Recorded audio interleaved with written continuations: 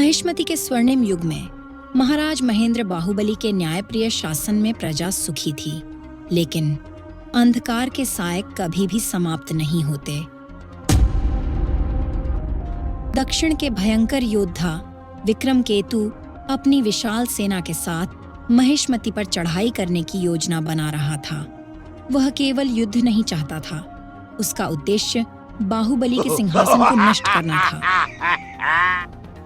लेकिन बाहुबली को चिंता केवल बाहरी शत्रु की नहीं थी, बल्कि महिष्मति के अंदर छुपे उस विश्वासघाती की भी थी जो विक्रमकेतु की सहायता कर रहा था।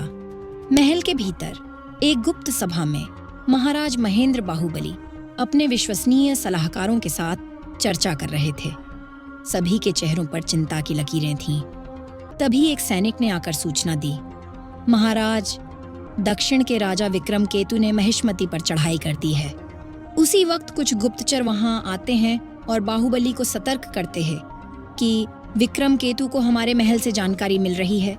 उसका ध्यान हमारी हर अगली चाल पर है।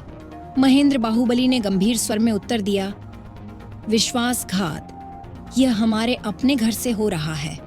अब उन्हें पता था कि महिष्मति की रक्षा के लिए उन्हें न केवल बाहरी शत्रु से बल्कि भीतर के गद्दार से भी लड़ना होगा। कटप्पा महिष्मति की सेना के वीर सेनापति युद्ध की तैयारी में जुट गए। उन्होंने सैनिकों को संबोधित करते हुए कहा, सैनिकों, यह युद्ध केवल भूमि के लिए नहीं, हमारी आत्मा के लिए है। सभी सैनिकों ने एक स्वर में हुंकार भरी और युद्ध के लिए तैयार हो गए। युद्ध के भयंकर दृश्य सामने आए। तलवारों की टकराहट, आग की लपटें और सैनिकों की चीखें चारों ओर गूंजने लगीं। महिष्मति के किले की दीवारें हिलने लगीं, लेकिन महाराज महेंद्र बाहुबली ने हार नहीं मानी।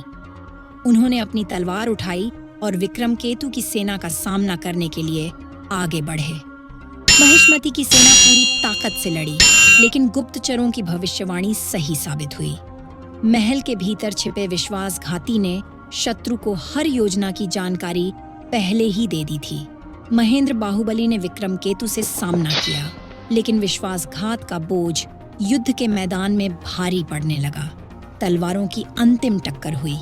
एक तेज प्रहार ने महाराज महेंद्र बाहुबली को घुटनों पर ला दिया। चारों ओर सन्नाटा छा गया। महिष्मति की सेना की आंखों में अविश्वास था। क्या यह महिष्मति का अंत था? क्या बाहुबली सचमुच पराजित हो गए थे? और तभी महल के अंदर अंधेरे में छुपा एक चेहरा मुस्कुराया।